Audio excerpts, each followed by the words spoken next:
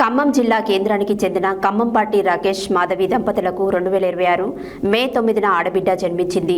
జన్మించిన 12 రోజుల అనంతరం చిన్నారి గుండె సంబంధిత సమస్యతో బాధపడుతున్నట్లు కుటుంబ సభ్యులకు తెలిసింది. చిన్నారి వైద్య చికిత్సకు పెద్ద మొత్తంలో ఖర్చు అవసరం కావడంతో ఆ కుటుంబం ఆందోళనకు గురైంది. ఈ విషయాన్ని ఖమ్మం నగరపాలక సంస్థలలో శానిటేషన్ విధులు నిర్వహిస్తున్న చిన్నారి నానమ్మ నరసమ్మ మున్సిపల్ కమిషనర్ అభిషేక్ అగస్త్య దృష్టికి తీసుకువచ్చారు. చిన్నారి అనారోగ్య పరిస్థితిని తెలుసుకున్న కమిషనర్ వెంటనే స్పందించి హృదయ స్వచ్ఛంద సంస్థతో పాటు ప్రభుత్వం సహకారంతో చిన్నారి గుండె శస్త్రచికిత్సకు అవసరమైన 14 లక్షల ఆర్థిక సహాయం మంజూరయ్యేలా కృషి చేశారు.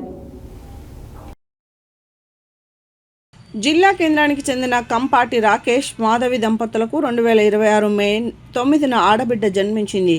జన్మించిన 12 రోజుల అనంతరం చిన్నారి గుండె సంబంధిత సమస్యతో బాధపడుతున్నట్లు కుటుంబ సభ్యులకు తెలిసింది. చిన్నారి వైద్య చికిత్సకు పెద్ద మొత్తంలో ఖర్చు అవసరం కావడంతో ఆ కుటుంబం ఆందోళనకు గురైంది.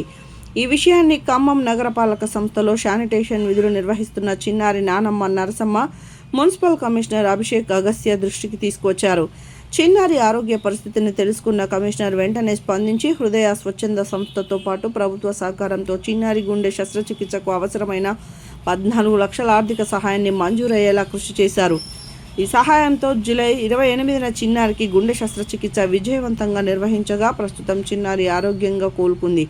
దీంతో చిన్నారి తల్లిదండ్రులు తమ కుమార్తెను మున్సిపల్ కమిషనర్ కార్యాలయానికి తీసుకువచ్చి గ్రీవెన్స్ కార్యక్రమంలో తమకు అందించిన సహాయానికి కృతజ్ఞతలు తెలిపారు.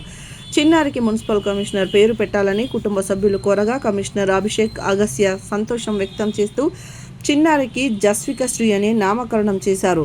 చిన్నారి సంపూర్ణ ఆరోగ్యంతో సంతోషంగా ఎదగాలని కమిషనర్ ఆకాంక్షించారు.